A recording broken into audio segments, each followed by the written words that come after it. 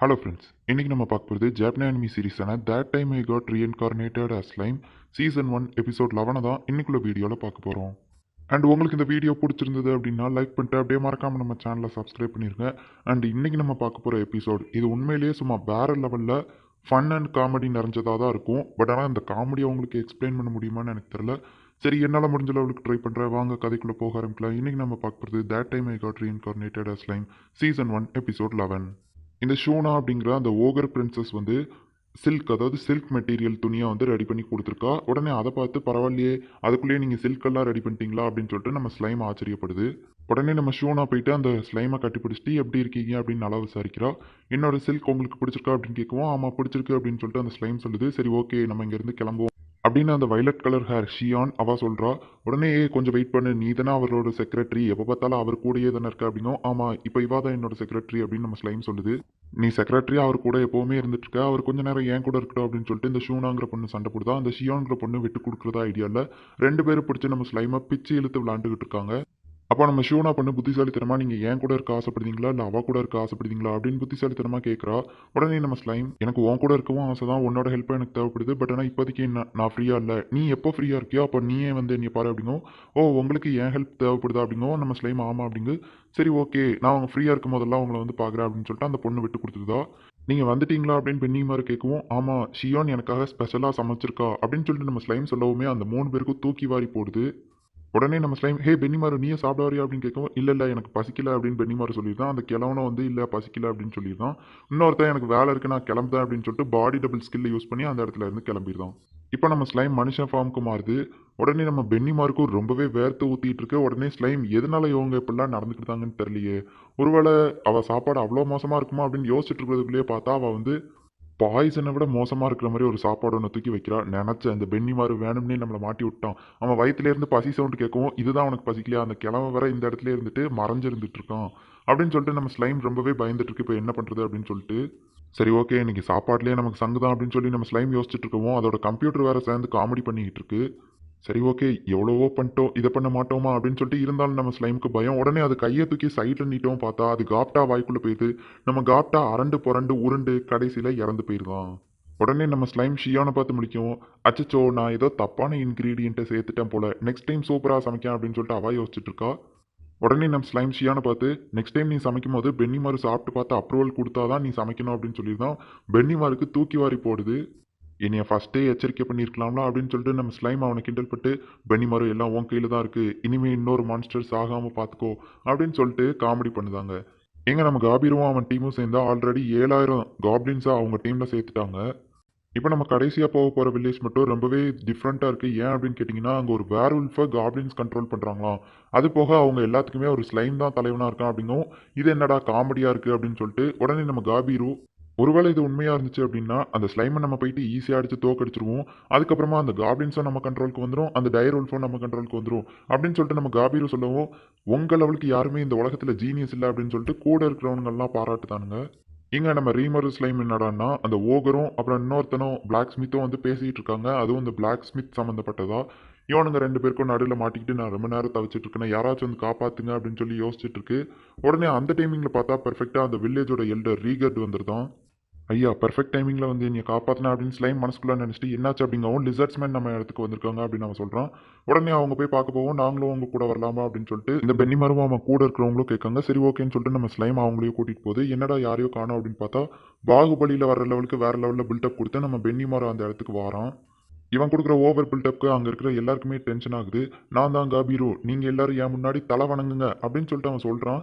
என்னது நாங்கள் உனக்கு தலை வணங்கணுமா அப்படிங்கிற மாதிரி மற்றவங்கெல்லாம் முழிக்கிறான். நம்ம ரீமரும் ரொம்பவே டென்ஷன் ஆகுறான். காமெடி பீஸுக்கு நம்ம தலை வணங்கணுமா அப்படின்னு. ஷியானா அதுக்கு மேலே டென்ஷன் ஆகுதா. அவ இருக்கிற டென்ஷனில் நம்ம ஸ்லைமை பிடிச்சி நெருக்கி இறுக்கிடுதா. உடனே அதற்கு ஐயோ என்னை விடு அப்படிங்க, ஐயோ என்னை மன்னிச்சிருங்க அப்படிங்க, நீங்கள் எதுக்கு இங்கே வந்தீங்க அப்படின்னு அந்த எல்டர் கேட்கவும், உங்களுக்கு தெரியாதா அந்த ஓர்க் கூட்டம் அட்டாக் பண்ணிட்டு இருக்கு, உங்களை மாதிரி வீக்கானவங்கெல்லாம் எனக்கு கீழே அடிமையாயிருங்க, நான் உங்களை காப்பாற்றுறேன் அப்படின்னு சொல்லிட்டு அவன் எல்லாத்தையும் பார்க்க எல்லாருமே ஸ்ட்ராங்காக இருக்காங்க அப்படிங்கிறத புரிஞ்சுக்கிட்டான்.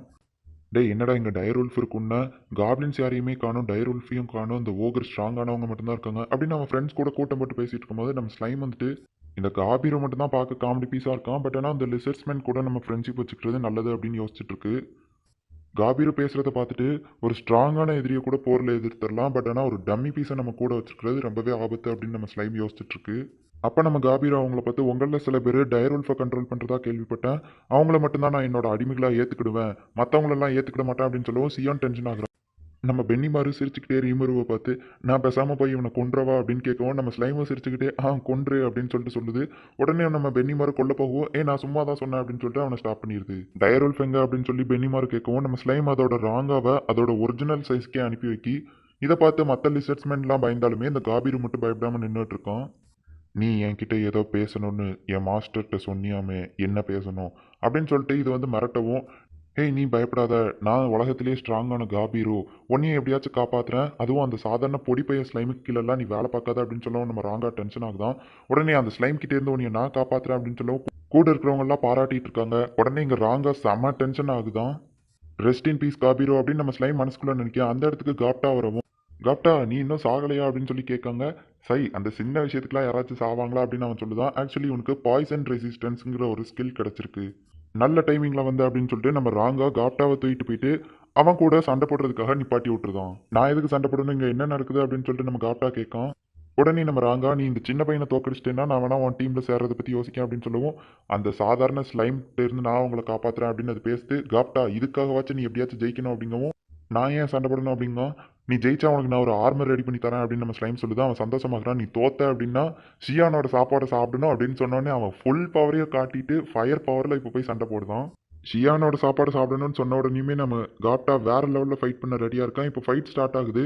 நம்ம காப்டா எடுத்த உடனே அந்த கம்பை தூக்கி எறிதான். பார்த்தா நம்ம காப்டாவை காணும். அவன் ஷேடோக்குள்ளேருந்து வந்து ஈஸியாக ஜஸ்ட் ஒரே அட்டாக்ல அந்த காபீரோவை தோக்கடிச்சிருந்தான். உடனே நம்ம ஸ்லைம்கே ஆச்சரியம், காப்டா நல்ல ஷேடோ பவரை யூஸ் பண்ண கற்றுக்கிட்டான் அப்படின்னு சொல்லிட்டு. எங்க ஆளுங்க தான் ஜெயிச்சாங்க அப்படின்னு சொல்லிட்டு நம்ம காப்டாவை எல்லாரும் தூக்கி வச்சு கொண்டாடுறாங்க. நீ வேற லெவல் காப்டா அப்படின்னு சொல்லிட்டு எல்லாருமே வந்து நம்ம காப்டாவை பாராட்டுறாங்க. நம்ம ஸ்லைமு நான் ஒரு வேளை இவன் தோத்து போயிட்டு மற்றவங்க எல்லாம் அவனை பிடிச்சி திட்டுவாங்கன்னு எதிர்பார்த்தேன். பட் ஆனால் இங்கே நடக்கிற சீனே வேறவா இருக்கு. சரி ஓகே எப்படியோ ஜெயிச்சிட்டான் அப்படின்னு சொல்லிட்டு, சரி ஓகே நீ சொன்ன மாதிரியே ஜெயிச்சிட்டேன், நான் உனக்கு ஆர்மர் ரெடி பண்ணி தரேன் அப்படின்னு சொல்லிட்டு அந்த காப்டாட்ட சொல்லுது. அப்போ நம்ம ரீமரு ஸ்லைம் அந்த லிசர்ட்ஸ்மென்னை பார்த்து உங்களுக்கு கீழெல்லாம் எங்களால் வேலை பார்க்க முடியாது, வேணா ஃப்ரெண்ட்ஷிப் வச்சு நம்ம சேர்ந்து வேலை பார்க்குறதுல எனக்கு இன்ட்ரெஸ்ட் இருக்கு, ஒழுங்கு மரியாதையை அந்த காபீர் இங்கேருந்து தூக்கிட்டு போயிருங்க அப்படின்னு சொல்லி மிரட்டி விட்டுது. அவங்களும் அங்கேருந்து ஓடிருக்காங்க. இங்கே அந்த ஓர் கூட்டம் கிட்டத்தட்ட ஒரு பெரிய படையாக ஒரு இடத்துக்கு போய்கிட்டு இருக்கு. இதை இந்த சோவே அப்படிங்கிற இந்த ப்ளூ கலர் ஹேர் வச்சிருக்கிறோம் பார்க்குறோம். அண்ட் நம்ம ரீமரு ஸ்லைம்ட்டு வந்து ரிப்போர்ட்டையும் கொடுக்குறோம். இப்போ அந்த ஓர் கூட்டம் வந்து லிசர்ட்ஸ்மென் கூட்டத்தை தான் அட்டாக் பண்ண போகுது. அண்ட் நெக்ஸ்ட்டு நம்ம இடம் தான் அப்படிங்கவும், இவ்வளோ பெரிய டீமை எப்படி அவங்க கண்ட்ரோல் பண்ணுறாங்க அப்படின்னு சொல்லி எல்லாருமே யோசிச்சுட்டு இருக்காங்க. மேபி இதுக்கு ஒரே ஒரு ரீசனாக தான் இருக்கும். இது எல்லாத்துக்குமே மாஸ்டர் மைண்டு ஒரு டீமன் லார்டாக தான் இருக்கும் அப்படின்னு எல்லாரும் பேசிட்டு இருக்கோம். டீமன் லார்டாக இருந்தால் என் ஆளு ஷீசுவை இந்த இடத்துக்கு சமன் பண்ணால் அந்த லியான் அந்த டீமன் லார்டாக இருக்க வாய்ப்பு இல்லை. யாராக இருக்கும் அப்படின்னு சொல்லி யோசிக்கவும் நம்ம பென்னிமாரோ அது ஒரு ஓர்க் லார்டாக இருக்க வாய்ப்பு இருக்குது அப்படின்னு சொல்கிறோம். ஏன்னா அந்த ஓர்க் அப்படிங்கிறவங்களுக்குலாம் அறிவே இருக்காது. ஒரு ஓர்க் லார்டால தான் இவ்வளோ பெரிய ஓர்க் டீமையும் கண்ட்ரோல் பண்ண முடியும் அப்படின்னு பேசிகிட்டு இருக்காங்க. அப்போ அந்த சோவேயோட இன்னொரு பாடி டபுளை யாரோ டெஸ்ட்ராய் பண்ணிட்டாங்க, யாரோ இங்கே உள்ள வர ட்ரை பண்ணுறாங்க அப்படின்னு சொல்லவும் யார் அப்படின்னு சொல்லி நம்ம ஸ்லைம் கேக்கு பார்த்தா அது ஒரு ட்ரையட் அப்படின்னு அவன் சொல்கிறான். உடனே ட்ரையட்ஸா இதெல்லாம் நான் வீடியோ கேம் தான் பார்த்துருக்கேன், சரி சரி இங்கே வர சொல்லு அப்படின்னு சொல்லிட்டு நம்ம ஸ்லைம் பெர்மிஷன் கொடுக்குது. இப்போ அந்த இடத்துக்கு ஒரு ட்ரையட் வாரா.